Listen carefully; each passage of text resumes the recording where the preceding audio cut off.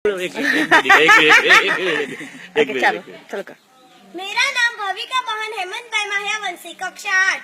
आज मैं आपको बेटी बचाओ के बारे में कुछ कहना चाहती हूँ। मेरी आपसे एक ही विनती है कि आप ध्यान से सुनिए। मनुस्मृति में कहा है कि यत्र नार्यस्तु पूज्यते रमन्ते तत्र देवताः, यानी कि जहाँ नारी की पूजा की जाती है वहाँ देवता भी प्रसन्न होते हैं। ईश्वर ने जब सजीव सृष्टि का निर्माण किया होगा तब शायद पहले नारी का ही निर्माण किया होगा, तभी तो ये सजीव सृष्टि आगे बढ़ी। लेकिन ईश्वर ने जब सजीव सृष्टि का निर्माण किया होगा तब बेटा और बेटी में कोई भी अंतर नहीं रखा होगा। यह भेद हमने ही पैदा किया है।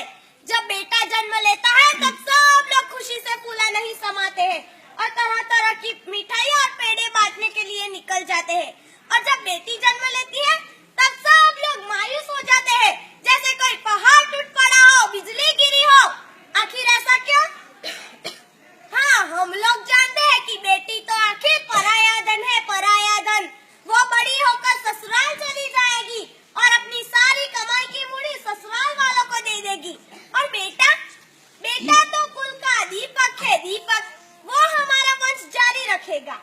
लेकिन हमें ऐसा नहीं मानना चाहिए। हमें बेटा और बेटी को एक समान चाहना चाहिए, जैसे बेटा बेटी एक समान, बेटा बेटी एक समान। हम लोग जानते हैं कि आज नारियों ने विविध क्षेत्र में बहुत बड़ा योगदान दिया है। वैज्ञानिक, औद्योगिक और राजकीय क्षेत्र में देखें तो प्रथम वड़ा प्रधान श्रीमती इंदिरा बहन गांधी, प्रथम राष्ट्रपति श्रीमती प्रतिभा बहन पाटिल, गुजरात की मुख्यमंत्री श्रीमती आनंदी बहन पटेल, मानव संसाधन मंत्री श्रीमती स्मृति बहन ईरानी और दो अवकाश यात्री महिलाएं कल्पना चावला और सुनीता विलियम्स को कौन नहीं जानता। इन दोनों महिलाओं ने भी अवकाश में जाकर बहुत बड़ी प्रसिद्धि प्राप्त की है। इनकी माँ ने भी इनसे कहा होगा, मेरी गोद की शोभा सुख सुहाग की लाली, सही शान भिखारिन की मनोकामना मत वाली। इतना कुछ जानते हुए भी सभी माँ दुनियादारी और वंश को टिकाने के लिए अपने गर्भ की जांच करा के एक बेटे की लालच में एक बेटी को खत्म कर देना चाहती है। तभी एक गर्भ में पलने वाली बेटी अपनी माँ से कहती है, माँ मेरे अंग अभी इतने सुकोमल है कि मैं तुम्हें तुम्हारा पल्लू खींच के डॉक्टर के पास जाने से रोक भी नहीं सकती। माँ, मेरे शरीर पे जो शस्त्रक्रिया होने वाली है इनसे मुझे बहुत ही नुकसान होगा। माँ, तुम मुझे इनसे बचा लेना। माँ, मुझे बचा लेना। मैं भी इस पृथ्वी पे जन्म लेना चाहती हूँ।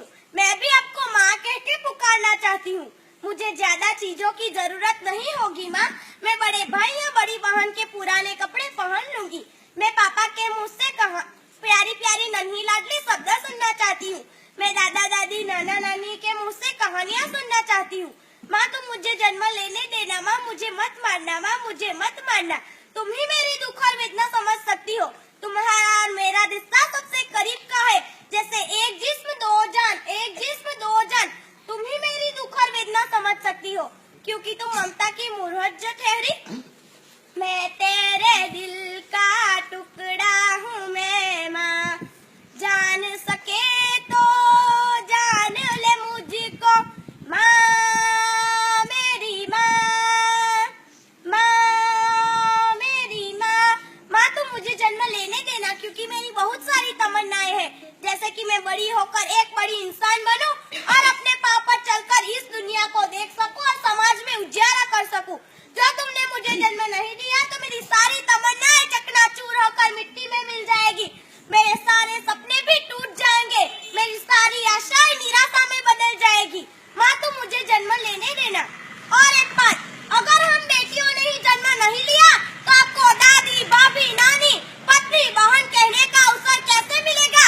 और एक बात, क्या एक बेटे की लालच में एक बेटी की बलि चढ़ाना ठीक है? अगर यह ठीक है तो यह महापाप तो तुम्हारे और तुम्हारे बेटे के सिर पर ही चढ़ने वाला है ना? नहीं नहीं, हम ऐसा कभी नहीं होने देंगे। हम बेटा और बेटी को एक समान चाहेंगे, जैसे बेटा बेटी एक समान, बेटा बेटी एक समान। हम नारियों को बाग में फूल की तरह खिलने देंगे। हम आज से प्रण कहते हैं कि हम कभी भी भ्रूण हत्या नहीं करेंगे और नारियों का मान जारी रखेंगे। आखिर मैं भी एक बेटी हूँ, मैं भी कुछ कहना चाहती हूँ। बेटी हूँ मैं बेटी, मैं तारा बनूंगी। बेटी हूँ मैं बेटी, मैं तारा बनूंगी। तारा बनूंगी मैं, सहारा